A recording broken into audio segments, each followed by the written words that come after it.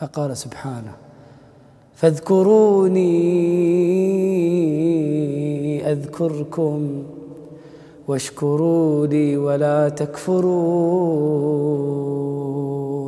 إن الحمد لله والصلاة والسلام على رسول الله وعلى آله وأصحابه وسلم تسليما كثيرا مزيدا إلى يوم الدين أما بعد সিরাত সিরিজের 34তম পর্বে আমরা অবস্থান করছি বদর যুদ্ধের প্রাক্কালে। আগের পর্বে আমরা আলোচনা করেছি কেন এই বদরের যুদ্ধের সূত্রপাত হয়েছিল।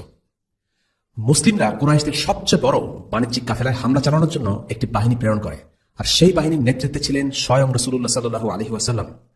কুরাইশরা হামলার খবর আঁচ করতে পেরে নিরাপদ দূরত্বে সরে আসে। অন্যদিকে কুরাইশদের কেন্দ্রীয় নেতৃবৃন্দ এই ঘটনায় প্রচন্ড ক্ষেপে যায়। তারা মুসলিমদেরকে একটি উপযুক্ত শিক্ষা দেওয়ার জন্য বিশাল সেনাদল প্রেরণ করার সিদ্ধান্ত নেয়। তবে এই সিদ্ধান্ত ছিল কেবলই অধ্যত্বের বশে, লোক দেখানো। তারা মুসলিমদের উপর আক্রমণ চালানোর মাধ্যমে সমগ্র আরবের কাছে একটি দৃষ্টান্ত স্থাপন করতে চাইছিল, যেন কেউ আর কখনো কুরাইশদের কাফেলায় হামলা চালানোর দুঃসাহস না দেখায়। তাই তারা বিশাল সেনাবাহিনীর সাথে পাঠিয়ে দিল মদ, বাদ্যযন্ত্র আর মহিলা নর্তকী, গায়িকা। তাদের পরিকল্পনা ছিল মুসলিমদের পরাজিত করার পর তারা 3 দিন বদরের প্রান্তরে অবস্থান করবে, মদ খাবে আর গান বাজনা করে বিজয় সেলিব্রেট করবে। আল্লাহ তাআলা পবিত্র কুরআনে তাদের এই যাত্রার দৃশ্য উল্লেখ করেছেন। আর তোমরা তাদের মতো হয়ো না, যারা তাদের ঘর থেকে অহংকার ও লোক দেখানোর উদ্দেশ্যে বের হয়েছে এবং আল্লাহর রাস্তায় বাধা প্রদান করে। আর তারা যা করে আল্লাহ তা পরিবেশন করে আছেন। সূরা আনফাল আয়াত 47। অন্যদিকে মুসলিমরা এসেছিল কাফেলা দখল করার উদ্দেশ্যে, কিন্তু তাদের কোনো ধারণাই ছিল না কুরাইশরা পাল্টা এত বড় বাহিনী প্রেরণ করে বসবে। রাসূলুল্লাহ সাল্লাল্লাহু আলাইহি ওয়াসাল্লাম সাহাবীদের সাথে পরামর্শ করলেন। সিনিয়র মুহাজির ও আনসার সাহাবীরা কুরাইশদের সাথে মোকাবেলা করার ব্যাপারে মত দিলেন। মদিনা থেকে অতিরিক্ত সেনা পাঠানোর কোনো সুযোগ বা সময় ছিল না, দূরত্বের কারণে এবং সময়ের কারণে। তাই তাদের যা ছিল তা নিয়েই মোকাবেলা করার উদ্দেশ্যে রওনা হলেন বদরের প্রান্তরে।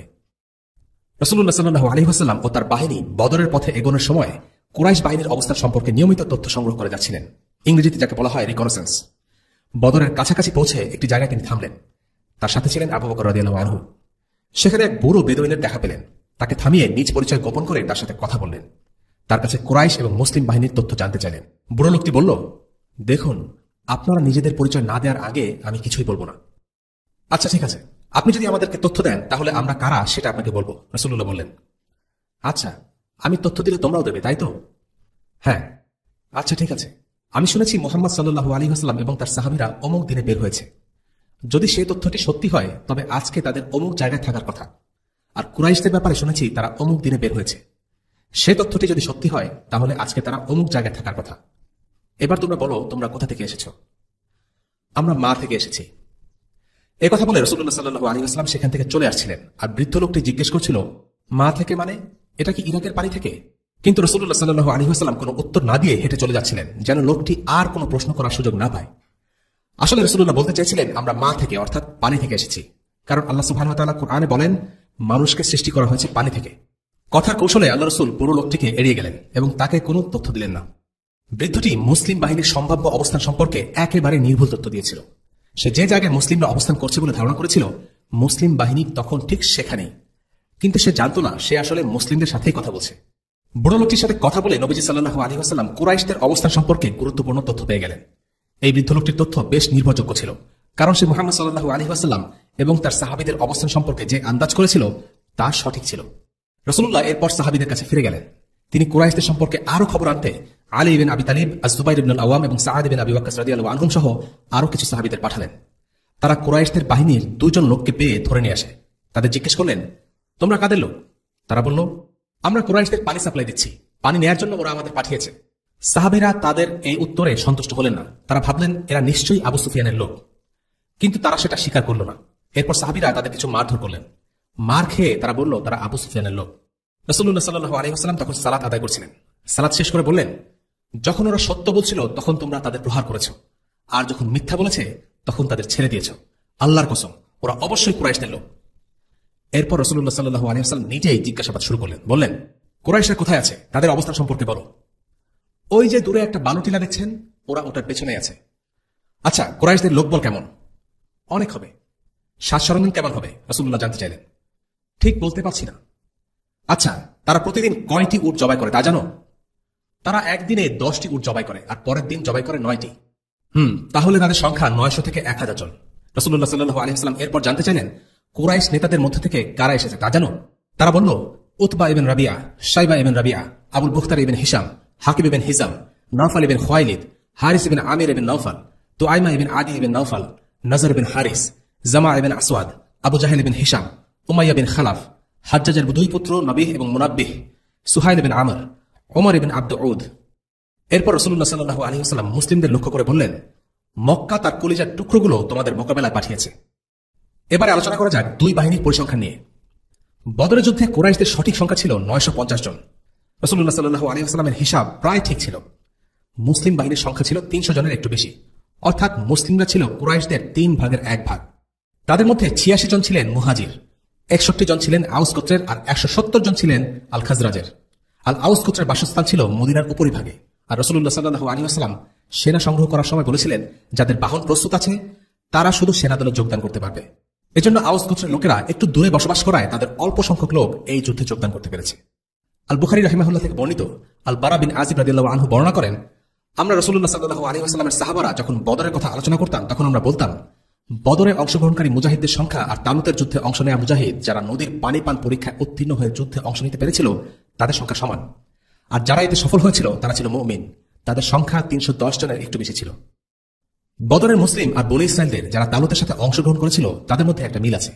আল বারা এখানে যে বিষয়টি উল্লেখ করেছে তা হল, বনী ইসরাইলের যেসব মুমিন তালুতের সাথে যুদ্ধে যোগদান করেছিল তারাই ছিল সে যুগের সেরা, আর বদরে যেসব মুমিন যুদ্ধ করেছিল তারা ছিলেন তাদের যুগের সেরা। তারা দুনিয়াবী পরীক্ষায় উত্তীর্ণ হয়েছিলেন, তাই তারাই ছিলেন যুগশ্রেষ্ঠ। এই যুদ্ধে মুসলিমদের ছিল নিজস্ব ব্যানার, পতাকা, স্লোগান আর রণধ্বনি। যুদ্ধে উৎসাহ উদ্দীপনা ধরে রাখা ছিল এসবের উদ্দেশ্য। বদরের যুদ্ধের ব্যানার ছিল সাদা, এটি ছিল মুসাব ইবনে উমাইরের হাতে। রাসূলুল্লাহ সাল্লাল্লাহু আলাইহি ওয়াসাল্লাম 2টি কালো পতাকা বহন করিয়েছিলেন। একটির নাম ছিল আল উকবা, এটি ছিল আলী ইবনে আবি তালেবের হাতে, এবং অপর কালো পতাকাটি আনসারদের একজনের হাতে দেয়া হয়েছিল। সেই আনসারী সাহাবী ছিলেন সাআদ ইবনে মুআয রাদিয়াল্লাহু আনহু অথবা হুবাব ইবনে মুনজির রাদিয়াল্লাহু আনহু। সেনাবাহিনীর বাম দিকের নেতৃত্বে ছিলেন সাআদ ইবনে খাইসামা এবং ডান দিকের নেতৃত্বে ছিলেন মিকদাদ ইবনে আসওয়াদ রাদিয়াল্লাহু আনহু। পুরো বাহিনীর মাত্র 2টি ঘোড়া ছিল, একটি ছিল জুবাইরের আর অন্যটি ছিল মিকদাদ ইবনে আসওয়াদের হাতে। মুসলিমদের উট ছিল 70টি। প্রতিটি উট 3 জনকে পালাক্রমে ভাগাভাগি করে চড়তে হয়েছিল, যা আমরা আগে উল্লেখ করেছি। কোন বর্ণনা এসেছে রাসূলুল্লাহ সাল্লাল্লাহু আলাইহি ওয়াসাল্লাম নিজের উটটি আলী ইবনে আবি তালিব এবং আবু লুবাবার সাথে ভাগাভাগি করেছিলেন। কোন বর্ণনা এসেছে আবু লুবাবার পরিবর্তে মারসাদ ইবনে আবি মারসাদের নাম। সম্ভবত রাওহায় পৌঁছে আবু লুবাবাকে মদিনার অস্থায়ী প্রশাসক হিসেবে ফেরত পাঠানো হয় এবং বাকি যাত্রায় মারসাদ রাসূলুল্লাহ সাল্লাল্লাহু আলাইহি ওয়াসাল্লামের সফরসঙ্গী ছিলেন। মুসলিম বাহিনী অবশেষে ময়দানে পৌঁছল।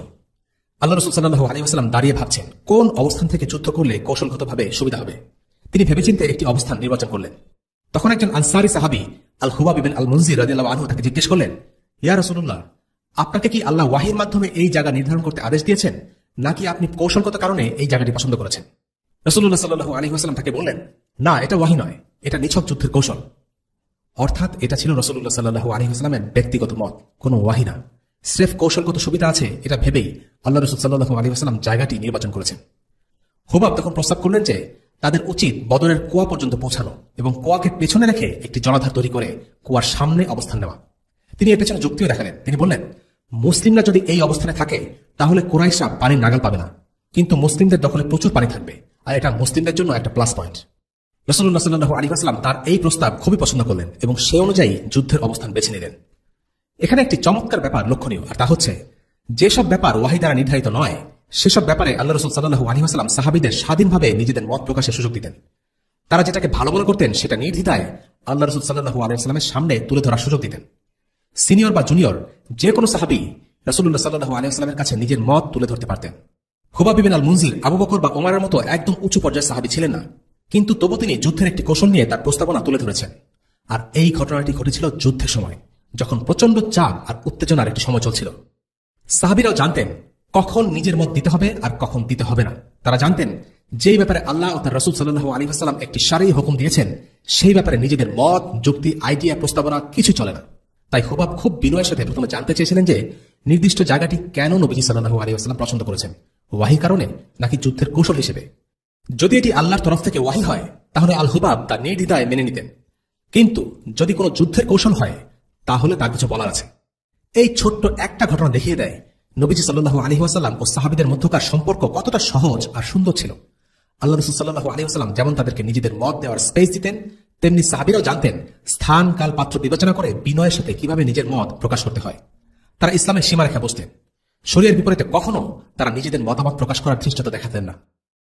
এবার আলোচনা করা যাক ময়দানে দুই ক্যাম্পের অবস্থান নিয়ে। আল্লাহ তাআলা বলেন, যুদ্ধক্ষেত্রে তোমরা ছিলে উপত্যকার নিকট প্রান্তে, আর তারা ছিল দূর প্রান্তে, আর কুরাইশ কাফেলা ছিল তোমাদের তুলনায় নিম্নভূমিতে। সূরা আনফাল আয়াত 42। এই আয়াতে আল্লাহ তাআলা ময়দানের দুই বাহিনীর অবস্থানের একটি চিত্র তুলে ধরেছেন। এই আয়াতের একটি উপত্যকার কথা বলা হচ্ছে। মুসলিম বাহিনী সেই উপত্যকার কাছাকাছি অবস্থান করছিল, আর কুরাইশরা সেই উপত্যকা থেকে দূর প্রান্তে অবস্থান করছিল। ইবনে ইসহাক বলেন, কুরাইশ বাহিনী উপত্যকার দূর প্রান্তে আকানকাল টিলার অপর পাশে গিয়ে শিবির স্থাপন করে। বদর ও আকানকালের মধ্যবর্তী মরুময় উপত্যকাটি ছিল অসমতল, যার পশ্চাতে ছিল কুরাইশরা। উপত্যকার নাম বাতনি ইয়ালিল। বদরের কূপের অবস্থান ছিল নিকট প্রান্তে, অর্থাৎ বাতনি ইয়ালিল থেকে মদিনার দিকে। আরবে তখন বৃষ্টির মৌসুম ছিল না, কিন্তু তবুও পরদিন সকালে বৃষ্টি হয়েছিল। যেই উপত্যকার কথা এই আয়াতে বলা হচ্ছে, সেই উপত্যকার মাটি ছিল নরম, কিন্তু আকাশ থেকে পানি মাটিকে এমন ভাবে শক্ত করে দিয়েছিল যে রাসূলুল্লাহ সাল্লাল্লাহু আলাইহি ওয়াসাল্লাম এবং তার বাহিনীর অগ্রসর হতে কোনো কষ্টই হয়নি। অপরদিকে কুরাইশ বাহিনী যেখানে অবস্থান করছিল, সেখানে বৃষ্টির কারণে মাটি এতটাই স্যাঁতসেঁতে হয়ে পড়েছিল যে তারা ঠিকমতো সামনে এগোতেই পারছিল না। এই বৃষ্টি দুপক্ষের উপরেই বর্ষিত হয়েছিল, মুসলিমদের আর কাফিরদের উপর। কিন্তু মুসলিমদের জন্য মাটি হয়েছিল চলাচলের জন্য সহজ, অথচ একই বৃষ্টি কুরাইশদের জন্য মাটিকে করে দিয়েছিল কর্দমাক্ত আর দুঃসাধ্য। এটা তাদের সেনাবাহিনীকে বিপাকে ফেলে দেয়। একই বৃষ্টি, কিন্তু দুপক্ষের উপর দুরকম প্রভাব। এটি ছিল আল্লাহ আযযা ওয়া জাল্লার পক্ষ থেকে বিশেষ সাহায্য। এই বৃষ্টির মাধ্যমে আল্লাহ তাআলার পক্ষ থেকে দ্বিতীয় বিশেষ সাহায্য ছিল শয়তানের ওয়াসওয়াসার বিরুদ্ধে। সেই সকালে কিছু মুসলিম স্বপ্নদোষের কারণে অপবিত্র অবস্থায় ঘুম থেকে উঠেছিলেন। শয়তান মুসলিমদের মনে ওয়াসওয়াসা দিচ্ছিল, কিভাবে তোমরা অপবিত্র অবস্থায় যুদ্ধ করবে। অর্থাৎ শয়তান মনস্তাত্ত্বিকভাবে মুসলিমদেরকে দুর্বল করে দিতে চাইছিল। কিন্তু আল্লাহ আযযা ওয়া জাল ওই মুসলিমদের অস্বস্তিকর অবস্থা থেকে মুক্তি দিতে পানি বর্ষণ করে তাদের পবিত্র করে দিয়েছিলেন। আর স্মরণ করো যখন আল্লাহ তার পক্ষ থেকে তোমাদের নিরাপত্তা আর স্বস্তির জন্য তোমাদের তন্দ্রায় আচ্ছন্ন করে দিয়েছেন, এবং তোমাদের উপর তিনি আকাশ থেকে বৃষ্টির পানি নাজিল করেছেন। উদ্দেশ্য ছিল এই পানি দ্বারা তিনি তোমাদেরকে পবিত্র করবেন, তোমাদের মন থেকে শয়তানের কুমন্ত্রণা দূর করবেন, তোমাদের মনে বৃদ্ধি করবেন সাহস, এবং তিনি এর মাধ্যমে তোমাদের পদক্ষেপ মজবুত করবেন। সূরা আনফাল আয়াত 11। অর্থাৎ আল্লাহ তাআলা এই বৃষ্টির মাধ্যমে মুসলিমদের দুইভাবে সাহায্য করেছেন। এক, এই বৃষ্টির মাধ্যমে বালুময় বদরের প্রান্তরের মাটি মুসলিমদের জন্য শক্ত করে দিয়েছিলেন, এবং দুই, এই বৃষ্টির মাধ্যমে মুসলিমরা গোসল করে পবিত্রতা অর্জন করে নেয়। আল্লাহ তাআলার পক্ষ থেকে মুসলিমদের জন্য আরেকটি বিশেষ সাহায্য ছিল ঘুম বা তন্দ্রা, যার কথা আল্লাহ তাআলা কোরআনে একই আয়াতে উল্লেখ করেছেন। তিনি বলেছেন, আর স্মরণ করো যখন আল্লাহ তার পক্ষ থেকে তোমাদের নিরাপত্তা আর স্বস্তির জন্য তোমাদের তন্দ্রায় আচ্ছন্ন করে দিয়েছেন। আলী বিন আবি তালিব যুদ্ধের আগের রাতের ব্যাপারে বলেছেন, সকল মুসলিমরা ঘুমিয়েছিল। এই ঘুম আল্লাহর পক্ষ থেকে বারাকা। আল্লাহ বলেছেন, তিনি আরোপ করেছিলেন তোমাদের উপর তন্দ্রাচ্ছন্নতা। সাধারণত যুদ্ধের আগের রাতে সবাই খুবই উদ্বিগ্ন, চিন্তিত আর ভীত অবস্থায় থাকে, কিন্তু সাহাবারা নিশ্চিন্ত মনে ঘুমাচ্ছিলেন। এর উপর ভিত্তি করে আলিমরা বলেছেন, যুদ্ধের আগে ঘুমানো হচ্ছে ঈমানের লক্ষণ, আর সালাতে ঘুমানো হচ্ছে নিফাকের লক্ষণ। কেননা অন্য একটি আয়াতে আল্লাহ আযযা ওয়া জাল বলেছেন, যখন মুনাফিকরা সালাতে দাঁড়ায় তখন অলসতার সাথে দাঁড়ায়। যুদ্ধের আগে বা যুদ্ধের সময় তন্দ্রাচ্ছন্ন ভাব হল ঈমানের লক্ষণ। কিন্তু একজন মানুষ সেই রাতে ঘুমাননি, সারা রাত জেগেছিলেন। তিনি হলেন রাসূলুল্লাহ সাল্লাল্লাহু আলাইহি ওয়াসাল্লাম। তিনি সারা রাত দাঁড়িয়ে থেকে আল্লাহর কাছে দোয়া করেছেন। তিনি একটি গাছের নিচে বসে সারা রাত সালাত আদায় করেছেন, কেঁদেছেন। সকাল পর্যন্ত তিনি এমনটা করেছেন। যুদ্ধের আগের রাতে রাসূলুল্লাহ সাল্লাল্লাহু আলাইহি ওয়াসাল্লাম একটি স্বপ্ন দেখেছিলেন। স্বপ্নকে আমরা খুব একটা গুরুত্ব দেই না, কিন্তু সুস্বপ্নের মাধ্যমে আল্লাহ সুবহানাহু ওয়া তাআলা মুমিনদের সুসংবাদ দেন। যারা আল্লাহর রাস্তায় জিহাদ করেন, আল্লাহ তাদের মনে স্বপ্নের মাধ্যমে শক্তি যোগান। স্বপ্নে রাসূলুল্লাহ সাল্লাল্লাহু আলাইহি ওয়াসাল্লাম দেখলেন যে বাস্তব সংখ্যার চাইতে কুরাইশ বাহিনীর সৈন্যের সংখ্যা খুবই কম। কেন আল্লাহ আযযা ওয়া জাল রাসূলুল্লাহ সাল্লাল্লাহু আলাইহি ওয়াসাল্লামকে কুরাইশ বাহিনীর সৈন্য সংখ্যা বাস্তব সংখ্যার চেয়ে কম দেখালেন? আল্লাহ তাআলা চেয়েছিলেন মুমিনদের অন্তর দৃঢ় রাখতে। কুরাইশ বাহিনী ছিল মুসলিম বাহিনীর 3 গুণ। এটা মুসলিমদের জন্য মনোবল দুর্বল হওয়ার কারণ হতে পারত। যদি কোনো সৈন্য এটা ভেবে নিয়ে যুদ্ধের ময়দানে যায় যে তাদের জেতার কোনো সম্ভাবনাই নেই, তাহলে সে যুদ্ধের ময়দানে ভেঙে পড়বে। আর এই কারণে আল্লাহ তাআলা কুরাইশদের সৈন্য সংখ্যা কমিয়ে দেখান, যেন মুসলিমরা হতোদ্যম হয়ে না পড়ে। এই স্বপ্নের কথা আল্লাহ সুবহানাহু ওয়া তাআলা কোরআনে উল্লেখ করো, যখন আল্লাহ তোমাকে স্বপ্ন যোগে ওদের সংখ্যা অল্প দেখিয়েছিলেন। যদি তোমাকে তাদের সংখ্যা অধিক দেখাতেন, তাহলে তোমরা সাহস হারিয়ে ফেলতে এবং যুদ্ধ সম্পর্কে তোমাদের মধ্যে মতানৈক্য সৃষ্টি হতো। কিন্তু আল্লাহ তোমাদেরকে রক্ষা করেছেন। অন্তরে যা কিছু আছে সে সম্পর্কে তিনি সবিশেষ অবহিত। সূরা আনফাল আয়াত 43। সংখ্যা আর সামরিক শক্তিতে পিছিয়ে থাকলেও আল্লাহ তাআলা মুসলিমদের শুরু থেকে সাহায্য করেছেন। তিনি মুসলিমদেরকে বৃষ্টি দিয়ে, তন্দ্রা দিয়ে, স্বপ্নের মাধ্যমে তাদের সাহায্য করে এসেছিলেন। তাদের মনোবল দৃঢ় রেখেছেন। অন্যদিকে কুরাইশ বাহিনীর সামরিক শক্তিমত্তা ছিল মুসলিমদের চাইতে বহুগুণে বেশি, কিন্তু তাদের মধ্যে শুরু থেকে ছিল বিভক্তির সুর। তারা তাদের ক্ষমতা নিয়ে বড়াই করছিল, কিন্তু এই যুদ্ধে যেতে তাদের মন সায় দিচ্ছিল না। কুরাইশদের নেতৃস্থানীয় অনেকেই নানান অজুহাত দেখিয়ে এই যুদ্ধ যাওয়া থেকে বিরত থাকতে চায়। কিন্তু আবু জাহেলের যুদ্ধের উন্মাদনার সামনে তাদের কোনো অজুহাতই টিকতে পারেনি। তাই কুরাইশদের সিনিয়র নেতৃবৃন্দের প্রায় সবাই এই যুদ্ধে অংশ নেয়। আল্লাহ তাআলা কুরাইশদের ব্যাপারে বলেন, হে কাফেররা, তোমরা একটা সিদ্ধান্ত চেয়েছিলে। হ্যাঁ, আজ সে সিদ্ধান্তকর মুহূর্তটি তোমাদের সামনে এসে গেছে। যদি তোমরা এখন যুদ্ধ থেকে বিরত থাকতে চাও তবে তা তোমাদের জন্য কল্যাণকর। আর তোমরা যদি যুদ্ধের জন্য ফিরে আসো তবে আমরাও ফিরে আসবো। আর তোমাদের বাহিনীর সংখ্যায় যতই বেশি হোক না কেন তা তোমাদের কোনোই উপকারে আসবে না, কারণ আল্লাহ ঈমানদারদের সাথে আছেন। সূরা আনফাল আয়াত 19। এই আয়াতে আল্লাহ তাআলা যে সিদ্ধান্তের কথা বলছেন সেটা ছিল আসলে আবু জাহেলের একটি বিচার চাওয়া, যা সে আল্লাহর কাছে চেয়েছিল। বদরের ময়দানে এসে আবু জাহেল আল্লাহর কাছে একটি দোয়া করে। সে নবীজি সাল্লাল্লাহু আলাইহি ওয়াসাল্লাম সম্পর্কে আল্লাহর কাছে অভিযোগ করে বলে, এই হলো সেই লোক যে আত্মীয়তার সম্পর্ক এমন ভাবে নষ্ট করেছে যা আমাদের মাঝে আর কেউ কখনো করেনি। সে এমন দিন নিয়ে আমাদের মাঝে হাজির হয়েছে যা আমাদের মাঝে ছিল না। হে আল্লাহ, এই সকালে তাকে ধ্বংস করে দিন।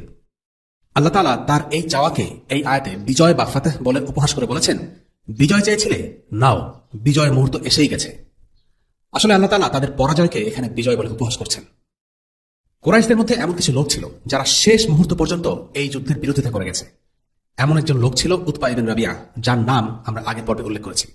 সে ময়দানে এসেছিল একটি লাল উটের পিঠে চড়ে। ময়দানে তাকে দূর থেকে দেখতে পেয়ে আল্লাহ রাসূল সাল্লাল্লাহু আলাইহি ওয়াসাল্লাম বললেন, কুরাইশদের মাঝে যদি কিছু ভালো থেকে থাকে তবে এই লাল উটের আরোহীর মাঝেই আছে। অন্যরা যদি তার কথা মেনে নিত তাহলে সঠিক পথ পেত। রাসূলুল্লাহ সাল্লাল্লাহু আলাইহি ওয়াসাল্লাম বলছেন, উতবা এই যুদ্ধে না যাওয়ার ব্যাপারে কুরাইশদের পরামর্শ দিয়েছিল। যদি বাকিরা তার এই পরামর্শ শুনত তবে সেটা তাদের উপকারে আসত। কিন্তু দুঃখজনক হলো এই উতবা, যে খুব আন্তরিকভাবে এই যুদ্ধে বিরোধিতা করে এসেছিল, সে নিজেই এই যুদ্ধে অংশ নিয়ে মারা যায়। তার জীবনের শেষ কাহিনী আমরা জানতে পারি হাকিম ইবনে হিজাম থেকে। হাকিম ইবনে হিজামও ছিলেন এই যুদ্ধে বিরোধী, তবে তখনও তিনি মুশরিক ছিলেন, পরে মুসলিম হন। তিনি বর্ণনা করেন, বদরের আগের কথা, আমি উতবার কাছে গেলাম, তাকে বললাম, উতবা, আমি কি তোমাকে এমন একটা পরামর্শ দেব যেটা গ্রহণ করলে সারা জীবন লোকেদের মুখে তোমার প্রশংসা লিখে থাকবে? হ্যাঁ, বলো সেটা কি? উতবা জানতে চাইল। তুমি সবাইকে ফিরিয়ে নিয়ে মক্কায় ফেরত যাও। মুহাম্মাদের কাছে পাওনা তো ওই হাদরামের রক্তপণ, তাই না? তুমি হাদরামের রক্তপণটা পরিশোধ করে দাও। এই মৃত্যুর প্রতিশোধ নিতে সবাইকে এর মধ্যে জড়িও না। উতবা বলল, ঠিক আছে, হাদরামের রক্তমূল্য আমি নিজে থেকে পুষিয়ে নিতে রাজি আছি। তুমি এক কাজ করো, তুমি আবু জাহেলের কাছে যাও, তাকে বোঝাও, সেই সবাইকে যুদ্ধের ব্যাপারে উস্কানি দিয়ে উত্তেজিত করছে। উতবা হাকিমের প্রস্তাবে রাজি হল। সে যুদ্ধ না করে ফিরে যেতে চাইল। এই যুদ্ধের অন্যতম একটা কারণ ছিল হাদরামি হত্যার প্রতিশোধ নেওয়া। হাদরামি হচ্ছে সেই ব্যক্তি যে নিহত হয়েছিল আব্দুল্লাহ ইবনে জাহাশের নেতৃত্বে পরিচালিত সারিয়ায় নাখলার অভিযানে, যা আমরা আগেই আলোচনা করেছি। উতবা ছিল হাদরামের মিত্র, তাই হাকিম তাকে এই যুদ্ধকে এড়ানোর জন্য বিকল্প পন্থা হিসাবে হাদরামের রক্তপণ দিয়ে দিতে অনুরোধ করে। যদি হাদরামের রক্তপণ আদায় হয়ে যায় তাহলে মুসলিমদের থেকে কুরাইশদের কোনো রক্তপণ আদায় করা বাকি থাকবে না, আর এই রক্তপণ নিয়ে যুদ্ধ বাঁধানোর কোনো অজুহাত থাকবে না। তাই এই প্রস্তাবটি উতবার পছন্দ হয়েছিল। কিন্তু তাদের নেতা ছিল আবু জাহেল, তাই তার অনুমতি নেওয়া প্রয়োজন ছিল। উতবা দাঁড়িয়ে কুরাইশদের উদ্দেশ্য করে বলল, শোনো, মুহাম্মদ ও তার সঙ্গী সাথীদের লড়াইয়ে আমাদের তেমন কোনো অর্জন নেই। যদি তোমরা তাকে মেরে ফেলো তাহলে এমন সব মানুষ মারা পড়বে যাদের নিহত চেহারা দেখতে তোমাদের কারোই ভালো লাগবে না। তোমরা তো তোমাদের চাচাতো ভাই, খালাতো ভাই অথবা গোত্রের কাউকে হত্যা করবে। তোমরা ফিরে চলো এবং মুহাম্মদকে আরবের অন্যান্য গোত্রদের হাতে ছেড়ে দাও। যদি তারা মুহাম্মদ ও তার সঙ্গীদের মেরে ফেলে তবে তোমাদের ইচ্ছাই তো পূরণ হবে। আর যদি মুহাম্মদ বিজয়ী হয় তাহলে সে আমাদের উপর প্রতিশোধ নেবে না। উতবা কুরাইশদেরকে এসব কথা বলে যুদ্ধ থেকে ফেরানোর চেষ্টা করছিল। এখানে লক্ষণীয়, উতবা যদিও ইসলাম ও মুসলিমদের শত্রু ছিল, কিন্তু সে চাচ্ছিল না কুরাইশরা মুসলিমদের সাথে যুদ্ধ করুক। সে সমাজে নিজ গোত্রের বিরুদ্ধে যুদ্ধ করা ছিল খুব ঘৃণিত একটা ব্যাপার। উতবা চাচ্ছিল না কুরাইশরা এই ঘৃণিত কাজের সাথে যুক্ত হোক। যুদ্ধ করলে অন্যান্য আরব গোত্ররা করুক, কুরাইশরা যেন এই ঝামেলায় না জড়ায়। এর কারণ হল, যদি মুহাম্মদ সাল্লাল্লাহু আলাইহি ওয়াসাল্লাম অন্য আরব গোত্রের সাথে যুদ্ধে বিজয়ী হয় তাহলে কুরাইশদেরই লাভ, কারণ মুহাম্মদ সাল্লাল্লাহু আলাইহি ওয়াসাল্লাম নিজেও একজন কুরাইশ। যদি তিনি আরবের উপর বিজয়ী হন তাহলেও কুরাইশদের লাভ, আর তিনি যদি অন্য গোত্রের কাছে পরাজিত হন তাহলে কুরাইশদের কোনো ক্ষতি নেই, তাদের অবস্থান আগের মতো থাকবে। উতবার অবস্থান থেকে বিবেচনা করলে উতবার কথায় যুক্তি ছিল, তাদের প্রস্তাবে প্রজ্ঞা ছিল। অন্যদিকে হাকিম ইবনে হিজাম গেল আবু জাহেলের কাছে। হাকিম ইবনে হিজাম চাচ্ছিল আবু জাহেল যেন উতবা ইবনে রাবিয়ার কাছ থেকে রক্তপণ গ্রহণ করে এবং যুদ্ধ না করে ফিরে যায়। কিন্তু আবু জাহেল কারো কথা শোনার মতো মানসিকতা রাখত না। যুক্তিবোধ, বিবেক সবকিছু হারিয়ে সেদিন সে যুদ্ধের জন্য উদ্ধত উন্মাদের মতো আচরণ করে গেল। হাকিম ইবনে হিজামের কথায় কোনো দামই সে দিল না, উল্টো তার স্বভাবসুলভ ভঙ্গিতে তাকে খোঁচা দিয়ে বলল, আরে উতবার হলোটা কি? তোমাকে ছাড়া পাঠানোর মতো আর কাউকে পেল না? আবু জাহেল কোনো আলোচনার ধার ধারল না, সে হাকিম ইবনে হিজামের ব্যক্তিত্বে আঘাত হানল। হাকিম কিছুটা আহত হয়ে ভদ্রভাবে বলল, হ্যাঁ, হয়তো সে অন্য কাউকে পাঠাতে পারত, কিন্তু মানুষটা উতবা বলেই আমি তার বার্তাবাহক হয়েছি, অন্য কারো হয়ে আমি কথা বলতে আসতাম না। এরপর আবু জাহেল বলল, আল্লাহর কসম, মুহাম্মদ ও তার সঙ্গীদের দেখে ভয়ে উতবার বুক শুকিয়ে গেছে। আমরা কখনো মক্কা ফিরে যাব না যতক্ষণ না আল্লাহ মুহাম্মদ আর আমাদের মধ্যে একটি ফয়সালা করেন। সে ভয় পাচ্ছে আমরা মুহাম্মদ ও তার সঙ্গীদের কচুকাটা করব। তার ছেলে তো তাদের সাথেই আছে। ছেলেকে বাঁচাতে সে মুসলিমদের ব্যাপারে তোমাদেরকে ভয় দেখাচ্ছে। কুরাইশদেরকে উত্তেজিত করার জন্য এরপর আবু জাহেল নিহত ব্যক্তি আমর বিন হাদরামের ভাইয়ের কাছে গিয়ে বলল, ভাবতে পারো তোমারই বন্ধু, তোমারই আশ্রয়দাতা উতবা চায় মক্কায় ফিরে যেতে। তুমি যাও, গিয়ে সবাইকে যুদ্ধের জন্য উৎসাহ প্রদান করো। আমর বিন হাদরামের ভাই তার মৃত ভাইয়ের স্মৃতিকে তরতাজা করতে কুরাইশ বাহিনীর সামনে গিয়ে বলতে থাকে, হায় আমর, হায় আমর। এভাবে সে নানাভাবে তাদেরকে যুদ্ধ করতে উদ্বুদ্ধ করতে থাকে। আবু জাহেল শুধু তার বাহিনীকে মুসলিমদের উপর উত্তেজিত করেনি, সে উতবাকেও খেপিয়ে দিতে সফল হয়। উতবা যখন শুনল আবু জাহেল তাকে ছোট করার জন্য বলেছে, উতবার বুক শুকিয়ে গেছে, তখন সে নিজের পৌরষ দেখানোর জন্য বলে ওঠে, ঠিক আছে, দেখা যাবে কার বুক শুকিয়ে গেছে, আমার না তার। আবু জাহেলের কথাকে ভুল প্রমাণ করতে গিয়ে বদরের দ্বন্দ্ব যুদ্ধে সে সবার আগে এগিয়ে যায়। আবু জাহেলের ব্যক্তিত্ব ছিল এমন, সে উস্কানি দিয়ে মানুষকে খেপিয়ে দিতে পারত। সে একাই পুরো কুরাইশ বাহিনীকে যুদ্ধের দিকে ধাবিত করতে সক্ষম হয়। আবু জাহেলের পাগলামের কাছে উতবার যুক্তি পরাস্ত হল। উতবা সিদ্ধান্ত পরিবর্তন করে যুদ্ধে যাওয়ার সিদ্ধান্ত নিল, স্রেফ মানুষের সামনে নিজেকে সাহসী প্রমাণ করার জন্য। আরও একজন ব্যক্তি যে বদরের যুদ্ধের বিরোধিতা করেছিল তার নাম ওমর ইবনে ওয়াহাব আল জুমাহি। কুরাইশরা মুসলিম বাহিনীর সামরিক শক্তি আর গতিবিধি পর্যবেক্ষণ করার জন্য ওমর ইবনে ওয়াহাবকে পাঠিয়েছিল। ওমর ফিরে গিয়ে বলল, কুরাইশরা, তোমরা শোনো, আমি তাদের উটের পিঠে সাক্ষাৎ মৃত্যু দেখেছি। তাদের মধ্যে কারো অস্ত্র আর সম্বল শুধু তাদের তরবারি। আল্লাহর শপথ, তোমাদেরকে না মেরে তারা মরবে না। তাদের প্রত্যেকে যদি আমাদের একজনকেও হত্যা করে তাহলে আমাদের বেঁচে থেকে কি লাভ? কাজেই কুরাইশরা, তোমরা যা কিছু করবে ভেবে চিন্তে করো। ওমর ইবনে ওয়াহাব দেখেছিল যে মুসলিমরা সংখ্যায় বেশ কম, কিন্তু তাদের দেখে মনে হয়েছে তারা মৃত্যুর পরোয়ানা নিয়ে এসেছে। তারা এসেছে মারতে এবং মরতে। তাই সে এই যুদ্ধ থেকে কুরাইশদেরকে ফিরিয়ে আনার চেষ্টা করে, কিন্তু তাদের লাভ হয়নি। যুদ্ধে আসতে চায়নি কুরাইশদের আরো একজন সিনিয়র নেতা, আর সে হল বিলাল রাদিয়াল্লাহু আনহুর প্রাক্তন মনিব উমাইয়া বিন খালাফ। উমাইয়া বিন খালাফের আসতে না চাওয়ার কারণ তার মনের ভয়। আমরা মাদিনার যুগের প্রথম দিকে ঘটে যাওয়া একটি ঘটনা আলোচনা করেছিলাম। দেখেন, সাআদ বিন মুআজ রাদিয়াল্লাহু আনহু মক্কায় তাওয়াফ করতে এসেছিলেন। উমাইয়া ছিল সাআদ বিন মুআজের পুরনো বন্ধু। সাআদ যখন তাওয়াফ করতে এসেছিলেন তখন তার সাথে আবু জাহেল গলা চড়িয়ে কথা বলতে থাকে, আর সাআদও আবু জাহেলকে হুমকি দামকি শুরু করেন। তখন উমাইয়া বিন খালাফ সাআদকে বলল, সাআদ, ও মক্কার নেতা, ওর সাথে উঁচু গলায় কথা বলো না। সাআদ তখন জবাবে বললেন, আরে থামো তুমি, আল্লাহর কসম, আমি আল্লাহ রাসূলকে বলতে শুনেছি যে তুমি মুসলিমদের হাতে মারা পড়বে। উমাইয়া জিজ্ঞেস করল, মক্কায়? সাআদ বললেন, তা আমি জানি না। উমাইয়া রাসূলুল্লাহর এই ভবিষ্যৎবাণী শুনে খুবই ভয় পেয়ে যায়। এরপর সে তার পরিবারের কাছে ফিরে গেল। স্ত্রীকে বলল, সাফওয়ানের মা, তুমি জানো সাআদ আমাকে কি বলেছে? তার স্ত্রী জানতে চাইল, কি বলেছে সে? উমাইয়া বলল, সে দাবি করেছে মুহাম্মদ তার সাহাবাদেরকে বলেছে যে তারা নাকি আমাকে হত্যা করবে। আমি তাকে জিজ্ঞেস করেছিলাম সেটা কি মক্কায় ঘটবে? সে বলল সে জানে না। তারপর উমাইয়া নিজেই বলল, আল্লাহর কসম, আমি কখনোই মক্কার বাইরে যাব না। কিন্তু যখন বদরের দিন আসলো, আবু জাহেল সবাইকে যুদ্ধে যেতে আহ্বান করছিল, এই বলে যে যাও, তোমাদের কাফেলা রক্ষা করো। কিন্তু উমাইয়া যেতে চাইল না। সে ভয় পাচ্ছিল সে যদি মক্কার বাইরে গেলে মারা পড়ে। আবু জাহেল তার কাছে এসে বলল, দেখো আবু সাফওয়ান, তুমি একজন নেতা, তুমি যদি যুদ্ধে না যাও তাহলে অন্যরাও বসে থাকবে। আবু জাহেল তাকে চাপ দিতে লাগলো এবং এক সময় উমাইয়া রাজি হল। সে বলল, তুমি যেহেতু আমার সিদ্ধান্ত বদলাতে বাধ্য করছো, আল্লাহর কসম, আমি মক্কার সেরা উঠে চড়ে যুদ্ধে যাব। সে তার স্ত্রীকে বলল, সাফওয়ানের মা, আমার যা যা লাগবে প্রস্তুত করো। উম্মে সাফওয়ান তাকে বলল, তুমি কি ভুলে গেছো তোমার মদিনার ভাই তোমাকে কি বলেছে? উমাইয়া বলল, না, আমি বলিনি, কিন্তু আমি খুব বেশি দূরে যাব না। রওনা হওয়ার পর সে রাস্তার যেখানে কিছুক্ষণ অবস্থান করেছে, দেখা গেল সেখানেই সে তার উট বেঁধে রেখেছে। গোটা পথ জুড়ে তার শুধু মনে ভয় আর ভয় ছিল। উমাইয়া ছিল একজন কাফের, কিন্তু মন থেকে সে ঠিকই বিশ্বাস করত মুহাম্মদ সাল্লাল্লাহু আলাইহি ওয়াসাল্লাম হচ্ছেন আল্লাহ রাসূল। তাই সে মক্কা ছেড়ে বের হতে ভয় পাচ্ছিল। অন্য আরেকটি বর্ণনা অনুসারে যখন তাকে বারবার ডাকার পরেও সে যেতে চাইল না, তখন আবু জাহেল তাকে অপমান করার জন্য মক্কার সবচেয়ে জঘন্য কাফের উকবা ইবনে আবি মুয়াইতকে তার কাছে পাঠালো। উকবা তার হাতে মাবখারা ধরিয়ে দিল। মাবখারা হচ্ছে এক ধরনের চুলা। বয়স্ক মহিলারা সুগন্ধির জন্য এই ধরনের চুলা ব্যবহার করে থাকে। উকবা উমাইয়াকে বলল, নাও নাও, গায়ে এই সুগন্ধিটা মেখে নাও, তোমাকে আমরা আমাদের মেয়েদের মধ্যে গণনা করি। আবু জাহেল খুব স্থূলভাবে একটি মেসেজ দিল, তোমার মতো কাপুরুষের উচিত মহিলাদের চুলা নিয়ে বসে থাকা। আবু জাহেল উমাইয়াকে খেপিয়ে তুলে যুদ্ধে নিয়ে যেতে চাইছিল। তার স্ত্রী রাসূলুল্লাহর ভবিষ্যৎবাণী মনে করিয়ে দেওয়া সত্ত্বেও সে ভয়ে ভয়ে যুদ্ধে গেল। প্রতিটি বিরতিতে তার মনে হলো আমরা সামনে আর এগোবো না, কিন্তু সে অগ্রসর হতে হতে একেবারে যুদ্ধের ময়দানে পর্যন্ত পৌঁছে গেল। তার পরিণতি কি হয়েছিল সেটা আগামী পর্বে আলোচনা করা হবে ইনশাআল্লাহ।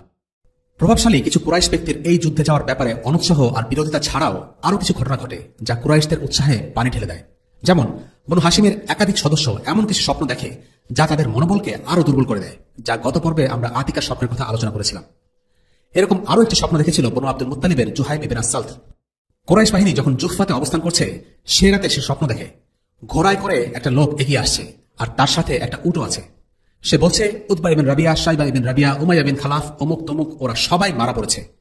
তারপর আমি দেখলাম লোকটা তার উটের ঘাড়ে আঘাত করে উটের কাটা মাথা আমাদের ক্যাম্পে ছুড়ে মারল, আর আমাদের ক্যাম্পের প্রত্যেকটা তাঁবুতে রক্তের ছিটা এসে পড়ল। আবু জাহেল সে স্বপ্নের কথা শুনে তো ভয় পেলই না, বরং সে বলল, আরে এ দেখি আব্দুল মুত্তালিব পরিবারের আরেক নবী এসেছে, কালকেই তোমরা দেখবে কে কাকে মারে।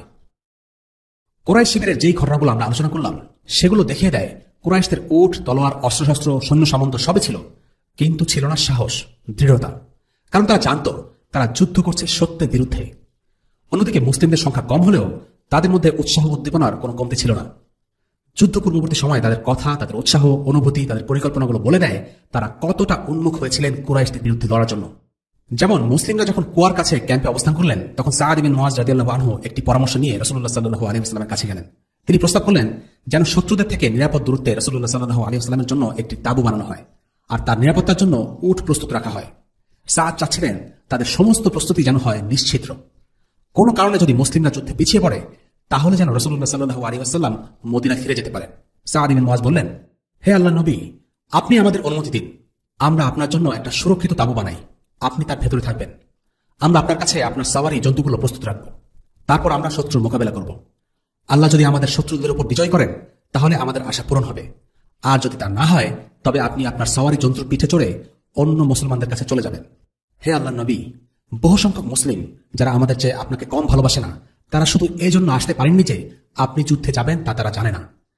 তারা যদি এটা জানতেন তাহলে অবশ্যই তারা আপনার সঙ্গে জিহাদে শরীক হতেন। আল্লাহ তাদের দ্বারা আপনাকে রক্ষা করবেন, তারা আপনার কল্যাণকামী হবেন এবং আপনার সঙ্গী হয়ে জিহাদে অংশগ্রহণ করবেন। রাসূলুল্লাহ সাল্লাল্লাহু আলাইহি ওয়াসাল্লাম সাআদের কথা শুনে অত্যন্ত খুশি হলেন এবং তার জন্য দোয়া করলেন। তারপর রাসূলুল্লাহ সাল্লাল্লাহু আলাইহি ওয়াসাল্লামের জন্য সুরক্ষিত তাঁবু তৈরি করা হলো এবং তিনি তার মধ্যে অবস্থান করতে লাগলেন। এই তাঁবুটিকে বলা যেতে পারে মুসলিমদের মিলিটারি হেডকোয়ার্টার। এটি বানানো হয়েছিল একটি পাহাড়ের উপর, যেন সেখান থেকে বসে যুদ্ধক্ষেত্রের একটি ভালো ও পূর্ণাঙ্গ দৃশ্য দেখা যায়। পরদিন সকালের কথা, রাসূলুল্লাহ সাল্লাল্লাহু আলাইহি ওয়াসাল্লাম দেখলেন কুরাইশরা নিজেদের জায়গা ছেড়ে আকাঙ্কাল পাহাড়ের পেছনে বালুময় উপত্যকার কাছে জড়ো হচ্ছে। তাদের দেখে তিনি বলে উঠলেন, হে আল্লাহ, কুরাইশরা আজ নেমে এসেছে অহংকার আর দম্ভ ভরে, তোমার বিরোধিতায় আর তোমার রাসূলকে মিথ্যা প্রমাণ করতে। হে আল্লাহ, আজ তোমার প্রতিশ্রুত সাহায্যের বড় বেশি প্রয়োজন। হে আল্লাহ, তুমি আজ ওদেরকে ছিন্ন ভিন্ন করে দাও। আল্লাহ তাআলা নবীজির এই দোয়া কবুল করেছেন। কিভাবে করেছেন সেই কাহিনী আমরা আগামী পর্বে জানাবো ইনশাআল্লাহ। আজকের পর্বে বদরের যুদ্ধের ঘটনা বর্ণনা শেষ করার আগে আমরা অল্প কিছু বিষয়ে আলোচনা করব। আল্লাহ তাআলা কোরআনে বলেন, যুদ্ধক্ষেত্রে তোমরা ছিলে উপত্যকার নিকট প্রান্তে, তারা ছিল দূর প্রান্তে, আর কুরাইশ কাফেলা ছিল তোমাদের তুলনায় নিম্নভূমিতে। যুদ্ধে মুখোমুখি হওয়ার ব্যাপারে তোমরা যদি পরস্পর ওয়াদাবদ্ধ হতে তবে তোমরা সেই ওয়াদা পালন করতে পারতে না, কিন্তু আল্লাহ তাআলা তাই ঘটাতে চেয়েছিলেন যা হওয়ারই ছিল। এজন্য তিনি উভয় দলকে রণক্ষেত্রে মুখোমুখি করালেন, যাতে করে যে দলটি ধ্বংস হবার তারা যেন ধ্বংস হয় সত্য স্পষ্ট হবার পর, আর যে দলটি বেঁচে থাকবে তারাও যেন বেঁচে থাকে সত্য স্পষ্ট হবার পর। আর নিশ্চিতই আল্লাহ শ্রবণকারী, বিজ্ঞ। সূরা আনফাল আয়াত 42। এখানে লক্ষণীয়, মুসলিমরা কাফিরদের সাথে যুদ্ধের ব্যাপারে ওয়াদাবদ্ধ হয়নি, কাফিররাও মুসলিমদের সাথে যুদ্ধ করতে চায়নি। ময়দানে মুখোমুখি হওয়ার ব্যাপারে তাদের পারস্পরিক কোনো অঙ্গীকার ছিল না। মুসলিমরা কুরাইশদের মুখোমুখি হতে চায়নি, আর না কুরাইশরা মুসলিমদের। কিন্তু আল্লাহ চেয়েছিলেন ভিন্ন কিছু। তিনি চাইছিলেন মুসলিমরা কুরাইশদের মুখোমুখি হোক। আবু সুফিয়ান সহ আরো কিছু কুরাইশ যুদ্ধে জড়াতে চাইছিল না। এমনকি কিছু সংখ্যক কুরাইশ ভয় পাচ্ছিল এই ভেবে যে তারা যুদ্ধ করছে আল্লাহর একজন নবীর সাথে। কিন্তু তাদের মনের ভেতরে ছিল অধ্যত্ব, তাই তারা রাসূলুল্লাহর অনুসরণ করেনি। এই ধরনের কুফরকে বলা হয় কুফর আল ইস্তিকবার, অধ্যত্ব থেকে কুফরি। অন্যদিকে অনেক মুসলিমও যুদ্ধ করতে চায়নি, কারণ তারা যুদ্ধের জন্য প্রস্তুত ছিলেন না। তারা বাড়ি থেকে বের হয়েছিলেন কাফেলা আক্রমণের উদ্দেশ্য নিয়ে, যুদ্ধে অংশ নিতে নয়। যে দল ধ্বংস হবার তারা যেন সত্য মিথ্যা স্পষ্ট হবার পর ধ্বংস হয়, যে দল বেঁচে থাকার তারাও যেন সত্য মিথ্যা স্পষ্ট হবার পর বেঁচে থাকে। এই যুদ্ধ ছিল ঈমান আর কুফরের চূড়ান্ত পরীক্ষা। রাসূলুল্লাহ সাল্লাল্লাহু আলাইহি ওয়াসাল্লাম উতবার ব্যাপারে মন্তব্য করেছিলেন, কুরাইশদের মাঝে ভালো যদি কিছু থেকে থাকে তবে তা উতবার মাঝেই আছে। তারা যদি তার কথা শুনত তবে তারা সঠিক কাজটাই করত। কাফেরদের মধ্যে দুই ধরনের লোক আছে। একদল হল উগ্রপন্থী ইসলাম ও মুসলিম বিদ্বেষী, তারা যুদ্ধ ও রক্তারক্তি পছন্দ করে। অপর দলটির জ্ঞান এবং বোধবুদ্ধি আছে, তারা মধ্যম পন্থায় বিশ্বাস করে। কিন্তু যখনই ইসলাম ও মুসলিমদের সাথে কাফিরদের বিরোধ হয়, তখন এই মধ্যমপন্থী কাফিরদের মতামত উগ্রপন্থী কাফিরদের কুচুক্তি ও উত্তেজক বয়ানের নিচে চাপা পড়ে যায় এবং দিন শেষে এই উগ্রপন্থীরা যুদ্ধে চালকের আসনে আসীন হয়। অনেক সরলমনা মুসলিম এমনটা আশা করে যে কাফিরদের মধ্যেও যেহেতু কিছু যুদ্ধবিরোধী মুসলিমদের প্রতি সহানুভূতিশীল লোক আছে, নিশ্চয়ই তাদের কথা এসব উগ্রবাদী জঙ্গি কাফিরদের উপর প্রাধান্য পাবে এবং কাফিররা যুদ্ধের পথ ছেড়ে দেবে।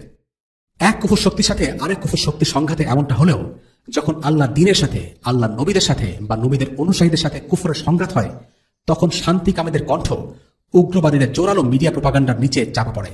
এটাই বাস্তবতা। যেমন আবু সুফিয়ানের কথায় যুক্তি ছিল, সে কুরাইশ বাহিনীকে ফিরে গিয়ে যুদ্ধ এড়াতে বলেছিল। বনু জুহরা গোত্রের নেতা ছিল আখনাস বিন শুরাইক। তারা এই যুদ্ধে জড়ায়নি, তারা নিজেদের ভাইদের বিরুদ্ধে লড়তে অস্বীকৃতি জানিয়েছিল। একইভাবে উতবা ইবনে হাকিম ইবনে হিজামও যুদ্ধের বিপক্ষে জনমত গড়ে তুলতে চেয়েছিল, কিন্তু তাদের কথায় কুরাইশরা যুদ্ধে যাওয়া থেকে বিরত হয়নি। বর্তমান সময়েও আমরা একই রকম ঘটনা ঘটতে দেখি। মুসলিম বিশ্বের বিভিন্ন দেশে পশ্চিমা বিশ্ব আজ সরাসরি দখলদারিত্ব চালিয়ে যাচ্ছে। যে কোনো দেশে আক্রমণ চালানোর পূর্বে পশ্চিমারা তাদের মিডিয়াতে সে যুদ্ধের পক্ষে ব্যাপক প্রচারণা চালায়। এই প্রচার প্রচারণায় তারা সত্য মিথ্যা সবই মিশিয়ে দেয়।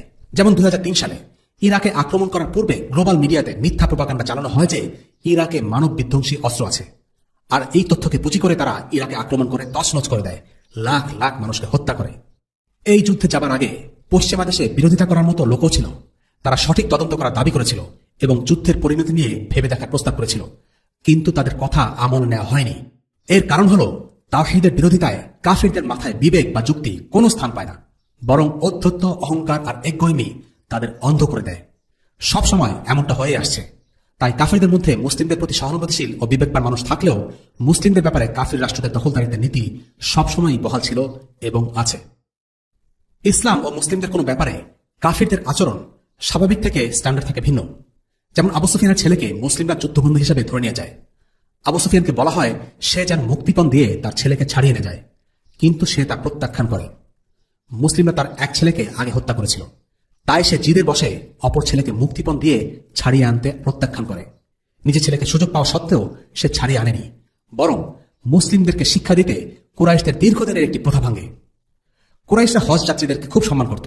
বন্ধু শত্রু নির্বিশেষে তারা সকল হজ যাত্রীকে আদর আপ্যায়ন করত। কিন্তু সেবার কোন এক আরব মুসলিম গোত্রের এক সদস্য হজ করতে এলে প্রতিশোধ স্বরূপ আবু সুফিয়ান তাকে গ্রেপ্তার করে বন্দী করে রাখে। ইবনে ইসহাক এই প্রসঙ্গে মন্তব্য করেন, কুরাইশরা ঐতিহাসিকভাবে হাজিদের প্রতি অতিথিপরায়ণ ছিল, কিন্তু প্রথমবারের মতো তারা ওই রীতি ভঙ্গ করে। আবু সুফিয়ান ওই মুসলিমকে কারাবন্দী করে রাখে। কারাবন্দী মুসলিমের পরিবার রাসূলুল্লাহ সাল্লাল্লাহু আলাইহি ওয়াসাল্লামের কাছে এসে এই বিষয়টি জানায়। এই কথা শুনে রাসূলুল্লাহ সাল্লাল্লাহু আলাইহি ওয়াসাল্লাম আবু সুফিয়ানের ছেলেকে মুক্ত করে দেন। এরপর আবু সুফিয়ান সেই কারাবন্দী মুসলিমকে মুক্ত করে দেয়। এই ঘটনা থেকে লক্ষণীয় বিষয় হল মুসলিমদের প্রতি কাফিরদের আচরণ স্বাভাবিক থেকে আলাদা। ইসলাম ও মুসলিম সংক্রান্ত বিষয়ে তাদের নৈতিকতার মানদণ্ড পাল্টে যায়। সবার জন্য একই আইন, কিন্তু মুসলিমদের জন্য ভিন্ন। কাফিরদের মধ্যে কোনো প্রজ্ঞাবান, শান্তিকামী আর মধ্যমপন্থী মানুষ থাকলেও মুসলিমদের বিষয়ে আসলে তাদের চেহারা পাল্টে যায়। শয়তান তার অনুসারীদের মধ্যে এই বিশ্বাস ঢুকিয়ে দিতে চায় যে ইসলামের অনুসারীদেরকে দুনিয়ার বুক থেকে সরিয়ে দিতে হবে। সর্বশেষ আরেকটি শিক্ষা আমরা এই যুদ্ধ থেকে পাই, আর তা হচ্ছে শুরার গুরুত্ব। সত্যি বলতে শুধু এই যুদ্ধে নয়, আল্লাহ রাসূল সাল্লাল্লাহু আলাইহি ওয়াসাল্লাম সব সময় সাহাবীদের সাথে কোনো সিদ্ধান্ত নেওয়ার আগে পরামর্শ করতেন। তিনি তাদের মতামত শুনতেন, তারা কি ভাবছে সেটা জিজ্ঞেস করতেন। কোনো বিষয়ে মাশওয়ারা করার সময় তিনি তাদের মতামতকে বেশি গুরুত্ব দিতেন যাদের সে বিষয়ে মতামত বেশি গুরুত্ব রাখে। যেমন গত পর্বে আমরা দেখেছি আল্লাহ রাসূল সাল্লাল্লাহু আলাইহি ওয়াসাল্লাম বদরের যুদ্ধে যাবেন কি যাবেন না এই সিদ্ধান্ত নেওয়ার জন্য আনসারদের মতামতকে খুব গুরুত্বের সাথে রেখেছেন। যদিও বা আবু বকর, ওমর রাদিয়াল্লাহু আনহুমা তারা ছিলেন আল্লাহ রাসূল সাল্লাল্লাহু আলাইহি ওয়াসাল্লামের দুই উজির বা সেক্রেটারি, এরপরেও তিনি এখানে আনসারী সাহাবীদের মত দিয়েছেন, কারণ এখানে মুহাজির সাহাবীরা যুদ্ধ করতে রাজি হওয়াটাই যথেষ্ট নয়। এই ঘটনায় আমরা দেখেছি একটি কৌশলগত বিষয়ে আল্লাহ রাসূল সাল্লাল্লাহু আলাইহি ওয়াসাল্লাম হুবাব ইবনে আল মুনজিরের পরামর্শ গ্রহণ করেছেন। অথচ হুবাব কিন্তু প্রথম সারির কোন সাহাবী ছিলেন না, তিনি খুব বিখ্যাত সাহাবী নন, তার সম্পর্কে আমরা খুব অল্পই জানি। কিন্তু যে মতটা তিনি দিয়েছেন সেটি গুরুত্বপূর্ণ একটি মত, আর আল্লাহ রাসূল সাল্লাল্লাহু আলাইহি ওয়াসাল্লাম নিজের ব্যক্তিগত মতের উপর হুবাবের মতকে গ্রহণ করেছেন নির্দ্বিধায়। এখানে লক্ষণীয় শুরা মানে সবার মতামত দেয়া বা অংশ নেওয়া নয়। শুরা তাদের সাথে করা হয় যারা মতামত দেওয়ার যোগ্যতা রাখে। এখানেই গণতন্ত্রের সাথে শুরার একটা বড় পার্থক্য। গণতন্ত্রে ভালো খারাপ জ্ঞানী জাহিল সবার মতামতকে সমান গুরুত্বের সাথে নেওয়া হয়, যে কারণে গণতান্ত্রিক ব্যবস্থায় মানুষের মতকে প্রভাবিত করা অনেকটা সহজ। অন্যদিকে ইসলামী শুরার বিষয়টা এমন নয়। গুরুত্বপূর্ণ বিষয়ে অযোগ্য লোকের মতের দাম ইসলামে দেয়া হয় না। শুরা বিষয়টি খুবই গুরুত্বপূর্ণ। আল্লাহ রাসূল সাল্লাল্লাহু আলাইহি ওয়াসাল্লাম ছিলেন সরাসরি আল্লাহর পক্ষ থেকে নির্দেশপ্রাপ্ত। আল্লাহ তাকে সরাসরি গাইড করতেন। তিনি কোনো ভুল সিদ্ধান্ত নেবেন না, কারণ আল্লাহ তাকে অবশ্যই সংশোধন করে দেবেন। কিন্তু তবুও আল্লাহ তাআলা নবীজিকে দিয়ে তার সাহাবীদের সাথে পরামর্শ করিয়েছেন, কারণ এটা হচ্ছে সুন্নাহ। এই সুন্নাহ প্রত্যেকটা মুসলিমের পালন করা উচিত। ছোট কিংবা বড় যে কোনো ব্যাপারে যদি পরামর্শ করে আলোচনার মাধ্যমে সিদ্ধান্ত নেওয়া হয়, তাহলে সে সিদ্ধান্তের মাঝে বরকত থাকে। শুরা একটি গুরুত্বপূর্ণ সুন্নাহ যা মুসলিমদের পালনে সচেষ্ট হওয়া উচিত। আজকের পর্ব আমরা এখানে শেষ করছি। আগামী পর্বে আলোচনা করা হবে যুদ্ধের ময়দানে কি হয়েছিল, কারা জয়ী হয়েছিল, কারা নিহত হয়েছিল এবং ময়দানের যত কাহিনী। ওয়াসাল্লাল্লাহু আলা সাইয়্যিদিনা মুহাম্মদ ওয়া আলা আলিহি ওয়া আসহাবিহি ওয়া সাল্লাম। আলহামদুলিল্লাহি রাব্বিল আলামিন। আসসালামু আলাইকুম ওয়া রাহমাতুল্লাহি ওয়া বারাকাতুহু।